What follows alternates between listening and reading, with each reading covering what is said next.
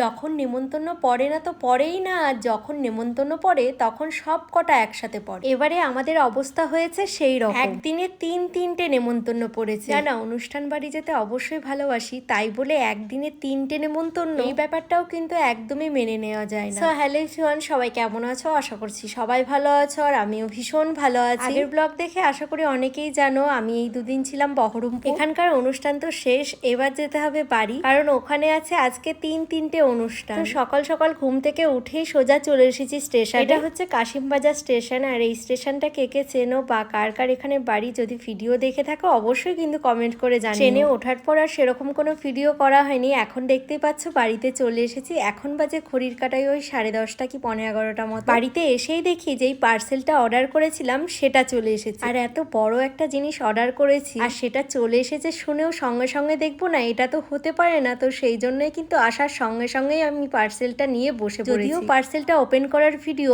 আমি আগেই পোস্ট করেছি আর হয়তো অনেকেই দেখে নিয়েছে, তারপরেও ভাবলাম বড় ব্লগে তোমাদের সাথে শেয়ার করে দিই। যেই আংটিটা দেখছো এটা আমি অনলাইনে প্রথমবার অর্ডার করলাম, তারপরে আবার হীরের আংটি। সোনার জিনিস থাকলেও হীরের কিন্তু একটা শখ ছিল, তো সেই শখটা কিন্তু এত তাড়াতাড়ি পূরণ করতে পারবো সেটা একদমই ভেবেছিলাম না। তবে তোমাদের ভালোবাসাই আর ঠাকুরের আশীর্বাদে সত্যি স্বপ্নটা পূরণ হয়েছে, আর আমি কিন্তু ভীষণ হ্যাপি, দেখেই বুঝতে পারছো আশা করি। তবে একটা ভয় কিন্তু ছিল, যেহেতু অনলাইনে প্রথমবার অর্ডার করেছি, তবে সেই ভয়টাও কেটে গেছে, কারণ ডিটেলসে সমস্ত কার্ড সমস্ত কিছুই দিয়ে দিয়েছে ওরা। তো আংটির ডিজাইনটা তোমাদের কেমন লাগলো অবশ্যই কিন্তু কমেন্ট করে জানিও। তোমাদের প্রত্যেকের কমেন্টের অপেক্ষায় থাকলাম আমি, শুধু আজকে বলে না প্রত্যেকটা দিনই কিন্তু তোমাদের প্রত্যেকের কমেন্টের রিপ্লাই দেওয়ার চেষ্টা করি, আর তোমাদের কমেন্ট পড়তে কিন্তু আমার খুব খুব ভালো লাগে। তো যাই হোক, তোমাদেরকে তো প্রথমেই বলেছি আজকে কিন্তু আমাদের আছে 3টে নেমন্তন্ন। দুপুরে ছিল একটা, রাত্রে আছে 2টো। আবার এক জায়গায় হলে হয় অনেকটাই দূরত্ব, তো এইটাই একটা বড় প্রবলেম যে কোনটা ছেড়ে কোনটাই যাব।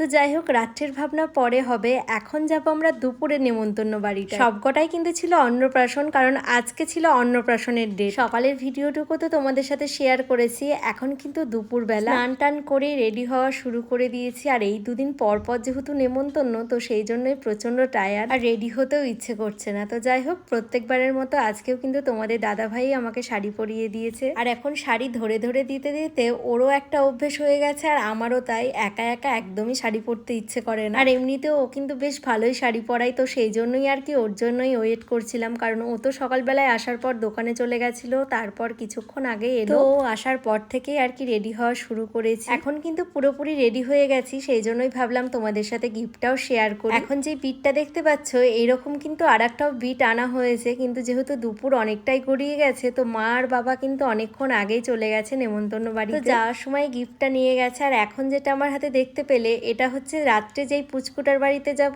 তাকে দেওয়া হবে এই গিফটটা। আর দুটো গিফটই যেহেতু সেম সেম, তো সেই জন্যই ভাবলাম যেটা কাছে আছে সেটাই তোমাদের সাথে শেয়ার করি। তো এখন দেখতেই পাচ্ছ আমরা চলে এসেছি, এখন কিন্তু প্রায় অনেকটাই বেলা হয়ে গেছে, এখন বাজে ঘড়ির কাটায় 3টে মতো। লেট হওয়ার মেন কারণ হচ্ছে সকালবেলায় যেহেতু এক জায়গা থেকে আসা হলো, তো সেই জন্যই কিন্তু আস্তে আস্তে একটু লেটই হয়ে গেল। বাবা খেয়ে তো দোকানে চলে গেছে, আর আমরা কিন্তু একসাথেই আসার পরেই খেতে বসে পড়েছি, যেহেতু অনেকটাই বেলা হয়ে গেছে। আর আজকে যে অনুষ্ঠান বাড়িতে এসেছি এটা ছিল আমার শাশুড়ি মায়ের বান্ধবীর নাতনির অন্নপ্রাশন। দেরি করে আসার জন্য কোনো কিছুই দেখতেও পেলাম না, তোমাদের সাথে শেয়ারও করতে পারলাম না। অন্নপ্রাশনের সময় যেই ভাত খাওয়ানো হয়, তারপরে আরো রিচুয়াল থাকে, কোনো কিছুই দেখানো হলো না। পুচকুটাকে ভিডিওতে আনতে পারলাম না, কারণ যাওয়ার পরপরেই ওর ঘুম চলে এসেছিল, আর এমনিতেও যেহেতু সকাল থেকেই ক্যামেরার সামনে ছিল, তো সেই জন্য একটু বিরক্ত হচ্ছিল। খাওয়া দাওয়া তো আমাদের কমপ্লিট হয়ে গেছে, আর সবার শেষে ছিল আইসক্রিম, আর সেদিনটা না বেশ গরম ছিল, আর এমনিতেও দুপুরবেলায় খাওয়ার পর না একটু বেশি গরম লাগে, সেই জন্য আইসক্রিমটা খেতে বেশ ভালোই লাগলো। তো খাওয়া দাওয়ার পর কিছুক্ষণ বসেছিলাম, এখন চলে যাব বাড়ি। আর